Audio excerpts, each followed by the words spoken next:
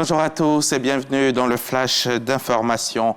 Depuis jeudi, le vice-président de la République, Tiemoko Meliakone, est en visite de travail dans la région du Hambol.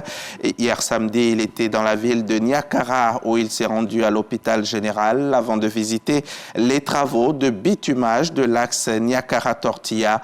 Une visite qui s'inscrit dans la dynamique de développement des infrastructures et de renforcement des services sociaux de base dans cette région.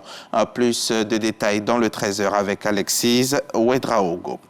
Après Niakara, direction les localités de Dabou et Songon, où le chef du gouvernement, Robert Mambébegré, a rencontré les populations dans le cadre de la traditionnelle cérémonie de présentation de vœux de Nouvel An.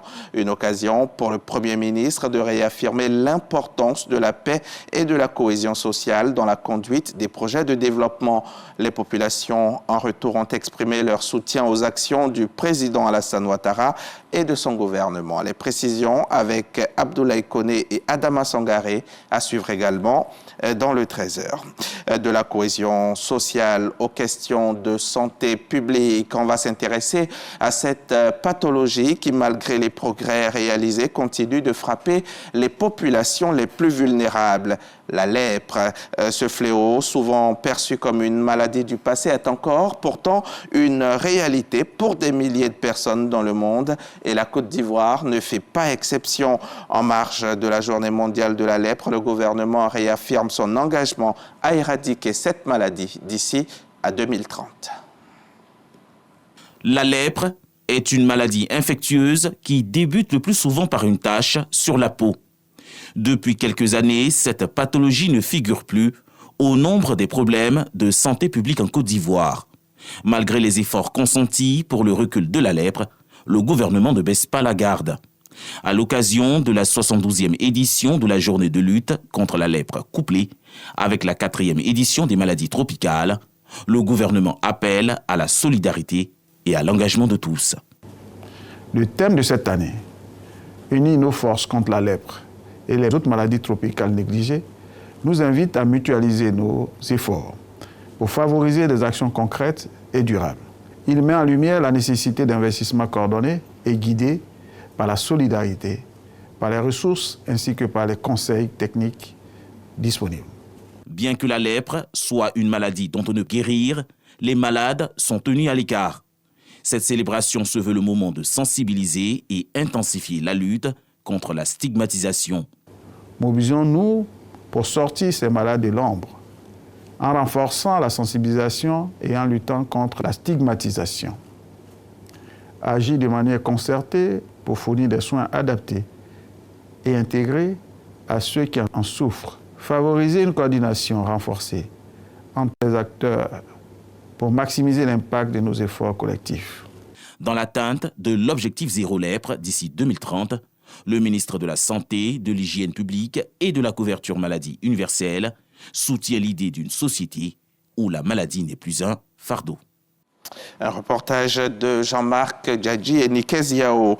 67 personnes ont été tuées dans une attaque de drone contre l'un des derniers hôpitaux en activité à El Fasher, capitale du Darfour Nord, au Soudan. La ville est assiégée depuis des mois par les paramilitaires des forces de soutien rapide du général Mohamed Hamdan Daglo, dit Emeti. Le bilan s'est alourdi après l'attaque qui a visé vendredi dans la soirée l'hôpital saoudien d'El Fasher, l'un des derniers à être encore opérationnels dans la région. 30 personnes ont perdu la vie dans cette attaque de drone. 37 autres sont décédés samedi des suites de leurs blessures. Le Soudan est le théâtre depuis avril 2023 d'une guerre entre les paramilitaires des FSR dirigés par le général Mohamed Hamdan Daglo et l'armée menée par le général Abdel Fattah al-Burhan, dirigeant de facto du pays. Le président Donald Trump a fait samedi plusieurs annonces concernant Israël et Gaza. Il a proposé de déplacer les habitants de la bande de Gaza vers l'Égypte et la Jordanie dans le cadre d'un plan de paix consistant à faire le ménage dans le territoire palestinien et annoncer la livraison à Israël de matériel militaire qui avait été bloqué par l'administration Biden. Ce projet est une excellente idée, réagit ce dimanche le ministre d'extrême droite israélien en charge des finances. Selon le président Trump, le le déplacement des habitants de Gaza pourrait être temporaire ou à long terme. Selon le ministère de l'Hydraulique, l'Assainissement et de la Salubrité, l'opération de déguerpissement des garages anarchiques à Abidjan, entamée il y a quelque temps déjà, est sans aucun doute un défi complexe mais essentiel pour garantir un cadre de vie plus ordonné et durable. Tout à l'heure, à 13h, dans le cadre du magazine du dimanche, je recevrai le directeur de cabinet adjoint du ministère qui va venir nous éclairer sur la démarche de son département et les perspectives d'avenir. C'est à 13h, c'est sur RTI.